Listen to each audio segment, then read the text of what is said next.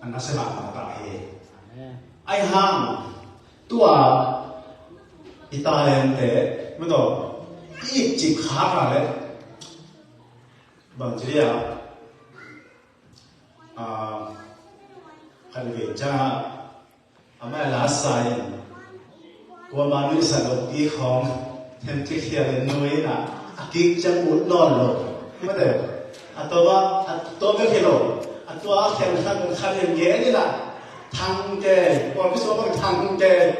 tôi đền tôi nói là cái nói thế đền khác chỉ mong thế mới được làm thế rồi bên thì có cái số này là ông Giang kỳ mà chỉ là tập việc xem những động tác mà cái gì xem làเป็นอีสัตว์เจ้าหนึ่งที่วันนี้อีสัตว์เซมเซมเจ้าหนึ่งนะปุ่มเซมเซมดีไม่ต้องยาบังมาตอนนั้นนี่มาเอาที่เทน่าสวยเอาของเก็บไปอัตมาตอมจีโร่ยินอิงะจักรก็อามาอีปะต่อดิ้งของเราเป็นที่ที่พอเขาเป็นตัวที่เทเป็นไงนั่นแหละเป็นตัวจีเทเป็นตัวเซมเทเป็นไงจีอีหีเทียมที่ไม่ต้องอีบอลเทียมตัวเดียวต่อเปอร์เซ็นต์นี้ผ่านดีเปอร์เซ็นต์นี้ทันสั่งดีเอ็นลาห้องสักเทียทุกห้องแก่ก่อนเที่ยวที่เขาแบบตุ้มใบแดงเดียวต่อ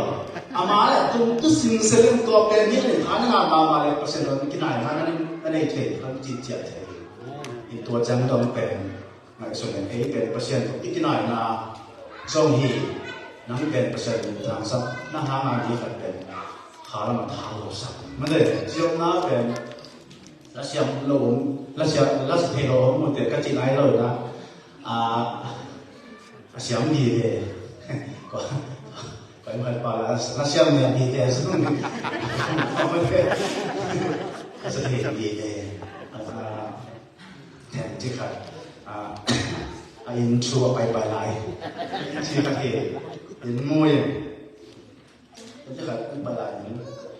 ตาเลนโตก็เลยสัตว์เลี้ยงของกิจยาที่มองไว้ไม่ได้ตาเลนโตก็เลยกิจยาให้เจนสัตว์เลี้ยงมีมาเล่นตาเลนบังจะก็งานย่างจีโรยนเอากิจยาตาเลนโตบังก็เสียย่างจีรถดีสวัสดีจีทุกที่มาเลยพอคันเต้นน้ำแกงเปียกเขาเลยมองแก่บุคันเต้ยังสิ่งอะไรที่กินหวานอายก็อันนี้คือจะทำป่าไม่ได้สิ่งตาเลนตรงตาเลสัตว์ดิ้งน้องกิจยาฮีมีมาเลนตาเลนบังจักก็ยังย่างจีเราเองเอาของกิจยาตาเลนโตบังก็เส้นจีเราดิ้งโซฮีเก่งตาเลนบังเนี่ยนะที่โตเก่งกระโปรงเก่งบังขัดตัวก็เส้นบังมาเลยเก่งบังก็ฮิตเทกันเจ้าคนด่าเที่ยวเลยด่ามาเลยเห็นนั่นแหละทุกทีก็สามารถคริสโออีกปัจจัยนึงอินุนตามนาเข็มเปียวโต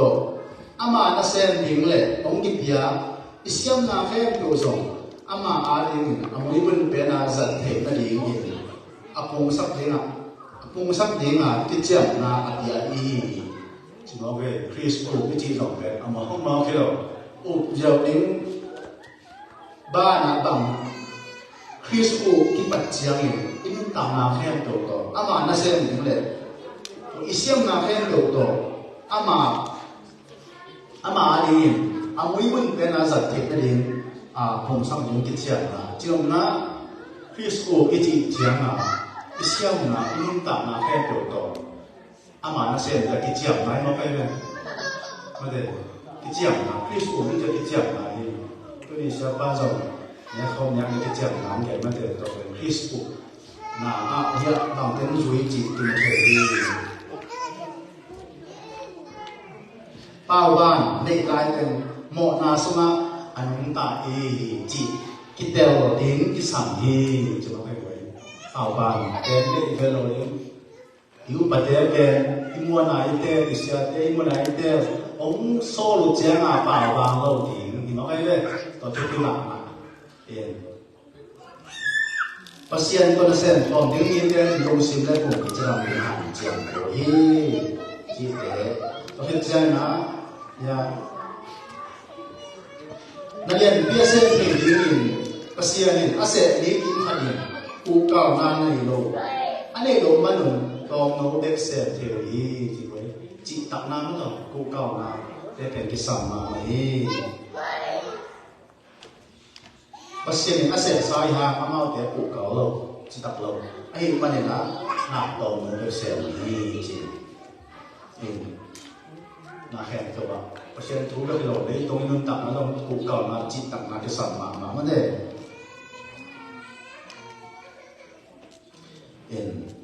ya kim le pa min sian na to kim ta le ino kim pasian lo kim saki chi tu hu din zong ino ma ma han ta mi tam dio hi chi kim ma pa na sian na ba tan tam ta le ma de pasian au de ma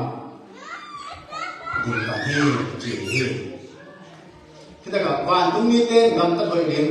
a ki kwa pha ni de ko hi chiวันทุ่งมีเต้นเป็นก็ได้นะที่ตาเลยเมื่อตอนอีเทคนาแท้เป็นประเชียนมินท่านนั่นเองเลยมีแต่ปัจจุบันนั่นเองนะเสร็จทิ้งเห็นสันนาที่ปัจเชียนนั่นนี่เจอนะตัวเต้เป็นวันทุ่งมีเต้นผู้ฮีเอาไปไว้คำสั่งหนึ่งตัวจีฮีที่เต้เป็นทุกปีสมัครมาใกล้เจอนะที่หลายผู้สูงบ้านของเต้าเห็นใช่ไหมที่หลายผู้สูงแทนตัวปัญหาบางที่เราคิดนะก็เนี่ยสามทีนี่นะทุกทีเรื่องอะไรสักทีเลยอ่ะไม่ได้จะต้องมาขันสิ่งอะไรภาษาเองที่เลยต้องเสร็จเองมาส่วนเอาเปียกมาบางอย่างบ้านตรงอินเดียอิรวันอะไรมุ่งจงของเราขอสักไปไม่ได้ภาษาเองเสร็จเองมาส่วนของเปียกมาบางอย่างตัวอิเสร็จมาถึงตอนน่ะอีงาหนึ่งมุนจงไม่ได้ทำพันนาจงองรอขอสักไปจริงเพราะฉะนั้นเป็นหมดสอลไม่ได้ได้เก็บสิ่งสามารถแก้ของนาบายเอามาผมสอบอีเอามาเอาเดียรีนะที่มาบ้านนี้เอามาผมไปที่งาโผล่มาสตกาเอามาน่าเสร็จเองหมดอมโลดิ้งไม่ได้จีบเลยนี่นะตาเลนต้องไปใส่ที่ทุนรูเป็นตาเลนได้เลยทุลุงต้มน้ำเกลือเจอเนี่ยทุกอย่างทุลุเป็นตาเลยนี่นะอีตาเลยเดี๋ยวมันก็อาปุ่มสักเซมอีโปรตีอะไรนะที่สั่งเซมดิ้งปุ่มเซมดิ้งนิวเซมดิ้งเสียงสั่งเซมดิ้งที่ตัวเป็นบาดทุ่งกระมาดีบาดทุ่งกระมาอีงาอีทำพัดนะอีองาที่ไหนแกน่าที่จึงน่าเนี่ยที่เราเกี่ยวกับเนี่ยเดี๋ยวประชาชนทุกท่านแกน่าอีพอพิจารณาบางละมาขันโตนาและขันหลอดในสักตาแห่